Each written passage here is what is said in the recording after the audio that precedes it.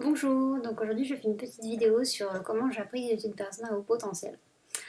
Donc je crois que comme la majeure partie des gens, j'ai appris que j'étais une personne à haut potentiel en allant voir un psychothérapeute, une psychothérapeute dans mon cas, que j'adore. Euh, je l'ai su très rapidement, je crois que c'est au bout de la troisième séance. Donc au début je n'y allais pas du tout pour ça.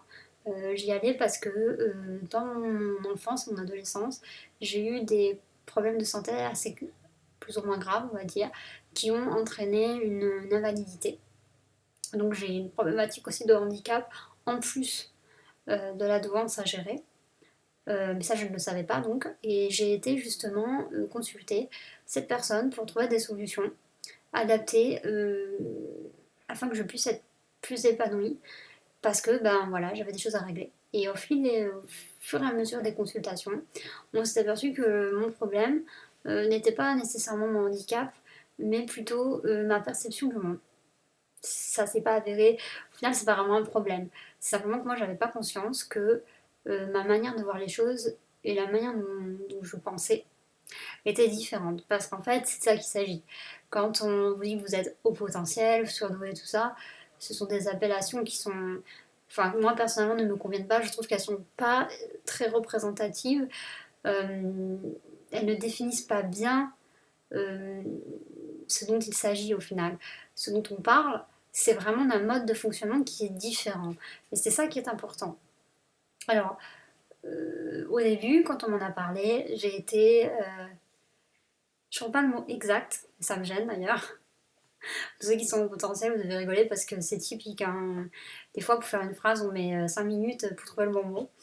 Mais je dirais que dans mon cas, j'avais l'impression qu'on mettait une image de mon cerveau. Enfin, en fait, ça s'est passé comme ça. Ma psychothérapeute m'a envoyé des documents qu'elle m'a fait lire et qui parlait du haut potentiel et elle m'a demandé ce que j'en pensais. Moi, j'étais un peu gênée parce que, en lisant le document, j'avais l'impression, et c'est ce que je lui ai dit, qu'une IRM de mon cerveau n'aurait pas donné une image aussi claire que ces documents-là. Parce que c'est comme ça que c'était dans ma tête. Alors, il n'y avait pas tout, mais 99% du document, c'était exactement, je me retrouvais exactement là-dedans. En fait, tout au long de ces 3 séances qu'on avait eues ensemble, elle avait mis l'hypothèse que c'était le cas, sans m'en parler, et elle m'avait un petit peu testé sans que je le sache. Donc, il s'est avéré en plus qu'en rencontrant d'autres personnes HP, je me trouve des points communs avec eux, etc. Ça fera peut-être l'objet d'une autre vidéo. Et donc, du coup, quand elle m'a annoncé, je vais pas vous mentir, ça n'a pas été la joie. Ça n'a pas été la joie parce que déjà, je souffrais d'être différente physiquement. Parce qu'il ne faut pas se leurrer, le handicap, ça a des traces.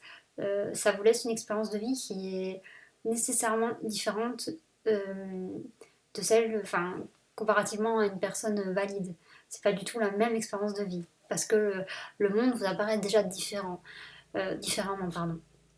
Et donc, j'avais vraiment pas envie que ma manière de penser soit encore un handicap et que elle traduise encore une différence. Parce que j'avais déjà du mal à me sentir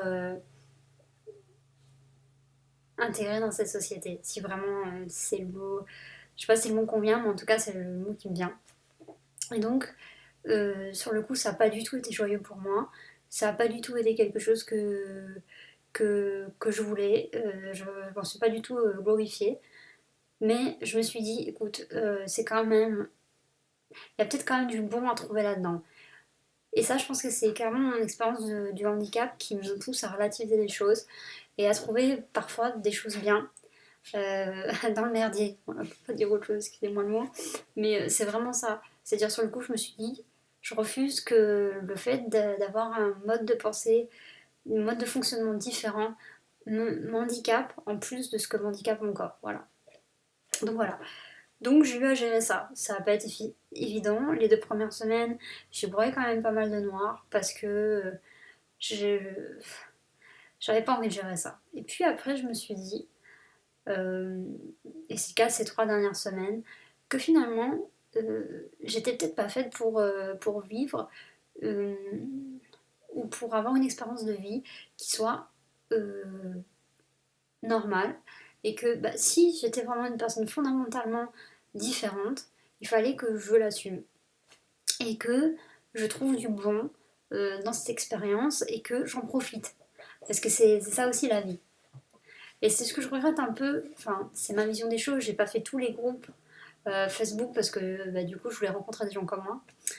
Donc j'ai fait quelques groupes Facebook et c'est un petit peu là où le bas blesse, c'est que je me rends compte qu'il y a des tas de gens qui ne voient que l'aspect ou qui ne vivent leur douance qu'à travers ces aspects négatifs. Il y a beaucoup de dépression, il y a beaucoup de rancœur envers le monde extérieur, etc. Moi, j'ai pas du tout envie de vivre comme ça. Et je trouve qu'il faut en faire un moteur.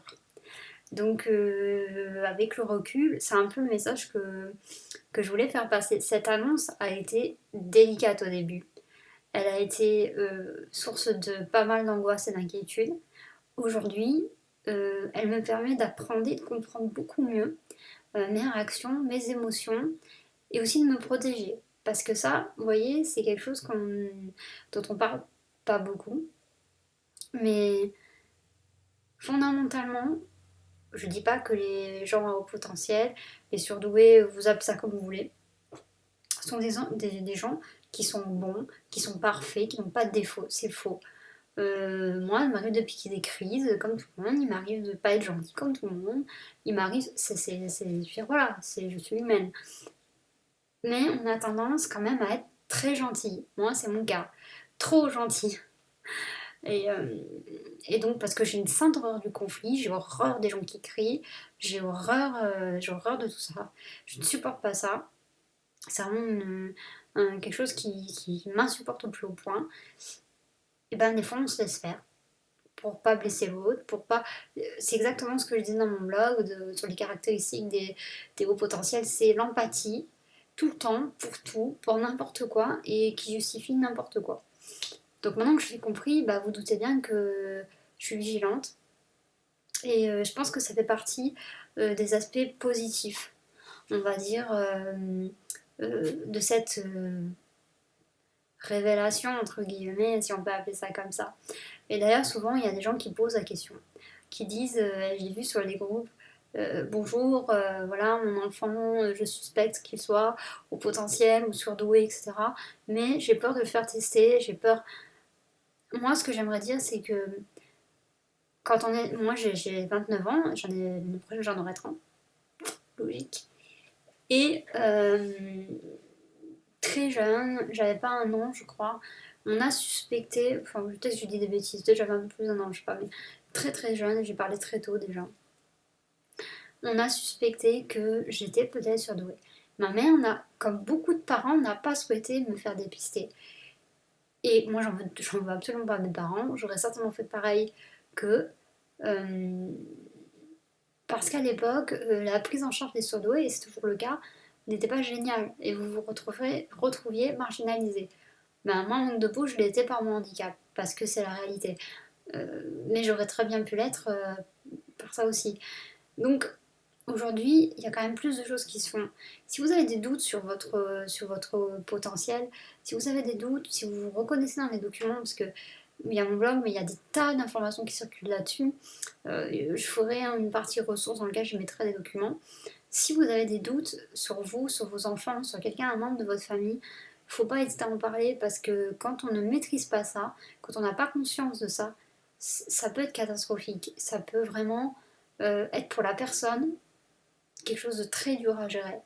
Parce que ne pas être comme les autres, ne pas fonctionner comme les autres, c'est finalement être à côté, pas être intégré. Et ça peut être très dur.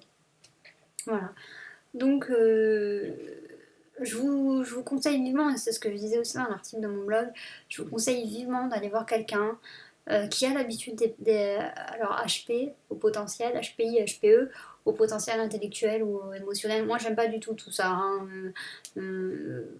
Ça me gonfle ces étiquettes, enfin bref. Mais quand même, si ces gens existent, c'est que je suppose ils sont spécialisés là-dedans. Mais je vous conseille vraiment de, de prendre sur vous, parce que je vous assure, au début, ça va peut-être être dur, ou peut-être pas, mais une fois que vous aurez compris ça, comment vous marchez, et que vous allez commencer à vous dire non mais quand un tel me disait que j'étais si quand un tel m'a fait cette réflexion que ça m'a fait un mal de chien, bah, j'étais pas folle, c'est parce que je fonctionne comme ça. Quand un tel se permet de me faire telle réflexion, et là vous allez vraiment comprendre comment vous marchez et pourquoi vous réagissez comme ça, vous allez pouvoir vous gérer. Si tant est, des fois on n'arrive pas à gérer, hein. C'est pas grave non plus. Mais en tout cas, quand on y arrive, il faut quand même se protéger un petit peu. Parce que c'est vrai, et ça c'est clair, je sais plus qui disait ça, mais ce qui va être une éraflure pour quelqu'un, pour nous, ça peut vraiment être une blessure, quelque chose d'extrêmement douloureux. Donc rien que pour ça, pour vous prémunir, pour vous préserver de certaines choses de la vie, vous ou vos enfants ou quelqu'un dans votre famille, voilà, essayez de t'en toucher deux mots, faites quelque chose pour cette personne, parce que ben moi j'aurais, encore une fois, je veux pas du tout à mes parents, mais heureusement que je suis tombée sur une psychothérapeute qui m'a dit mais vous n'êtes pas folle. Vous n'êtes pas abîmée. Vous n'êtes pas abîmée parce que je pensais que c'était mon handicap qui m'avait déclenché tout ça. Mais en fait, pas du tout. Euh, vous pensez juste différemment. C'est pas anodin, encore une fois, mais ça soulage. Voilà, je vous remercie beaucoup d'avoir regardé cette vidéo. Je sais pas encore si j'activerai les commentaires sous la vidéo ou s'il faudra aller sur le blog pour laisser des messages, mais n'hésitez pas. Je prévois d'en faire plein d'autres. Voilà. Sauf si ça n'intéresse personne. Et de parler en détail un petit peu de la vie que c'est, comment on perçoit certaines choses, et d'échanger surtout avec vous autour de cette thématique. Voilà, je vous remercie beaucoup. Au revoir.